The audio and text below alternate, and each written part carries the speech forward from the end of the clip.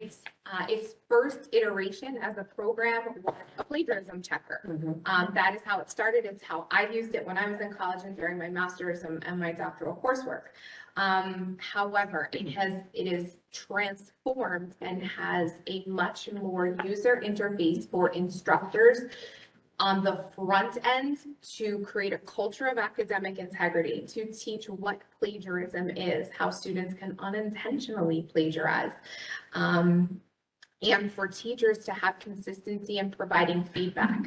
So some of the things my staff particularly enjoys, and the teachers that I've trained in some of the more nuanced pieces of this enjoy, are quick marks. So teachers can highlight something and provide a quick mark. They can customize quick marks. There are consistent standards-driven rubrics based on grade level. There are rubrics for responses to math open-ended questions, for science open-ended questions, AP rubrics.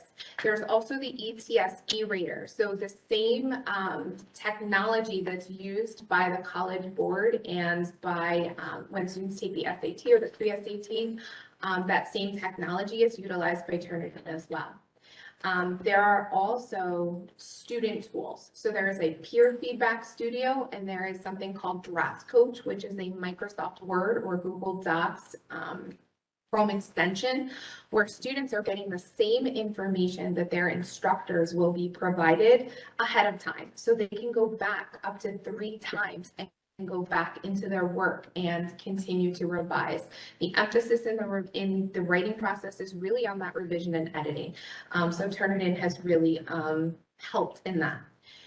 TurnItIn will not tell us if a student plagiarized or not, because there are different types of assignments. So if a student is in an AP course, they are in AP seminar, and they are preparing an annotated bibliography, their similarity report may come back 92% similar. That doesn't mean they plagiarized. It means that they're citing sources and it's coming up with similar phrases, similar wording. On the other end, a student might be asked to read a text and write an original response. We would expect that to have a 0% similarity report. If that comes back with a 50% similarity report, the student used sources that they weren't intended to use, and we use that as a teaching opportunity. Throughout the year, I will have teachers who come to me and say, you know, this is kind of what happened, and we talk through it. It's a teaching opportunity. It's a learning opportunity. Say, one of the reasons I kind of pushed back on this in finance last month was because I'm not a big fan of it at this level. I really am not. I think at the college level, I think that it's definitely appropriate, and you know, people pay people to write their papers in college. I mean, that's just sort of the thing. And I just think that it is, so maybe we could reculture this, but when you commented about, you know, well, it gives the teacher suggestions as whether they want to work on this or what they want to do, or the student can watch a video. Isn't that what the teachers are supposed to be doing? Like taking that paper and giving them opportunities to rewrite it? Do they do drafts? They do, yeah. I mean, I remember, you know, I just am thinking, and I understand we live in a very highly technical world and things are very technical, but we have students that are really, they're not very well, well written, I guess is the best word. I'm not well spoken at the moment.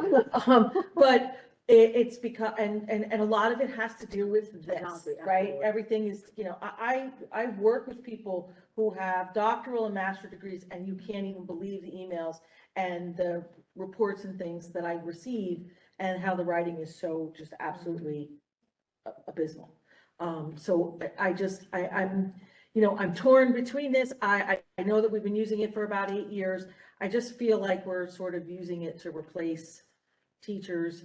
I understand the teacher feedback and the quick marks, and, you know, I'm not happy about it being in the high school. I'm much more dissatisfied that we're bringing this to the middle school. I really think it's not appropriate. The goal is, I want to clarify for that, is for the writing benchmarks. So it's really. I just have one comment. When we talk about culture, if you talk to high school students about TurnItIn, they say it's used to find out if they're cheating. That's the culture that we've created, is that we shouldn't trust our students.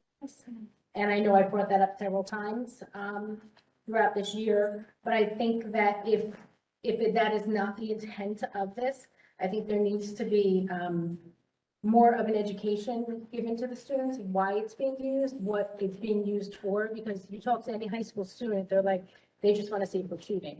And that's the culture we're creating. And I think that putting a program in charge of deciding what a child has done wrong or, trying to assess their work is taking away from our teachers. I think our teachers are supposed to be doing that and focused on that. And I think the writing, in our district, we need to be more, pushing our writing skills and developing that early on. I know we have Readers Writers Workshop that has really not helped us in the younger grades, and I think that that should be our focus. I'm not a fan of TurnItIn from what I've heard from high school students, but that's just my opinion. I just wanted to put that out. It's a question. A middle school. I really think The it's middle not school, appropriate. the goal is, I want to clarify for that, is for the writing benchmarks. So it's really to have inter-reader reliability with teachers to be able to provide feedback, to have baselines for writing.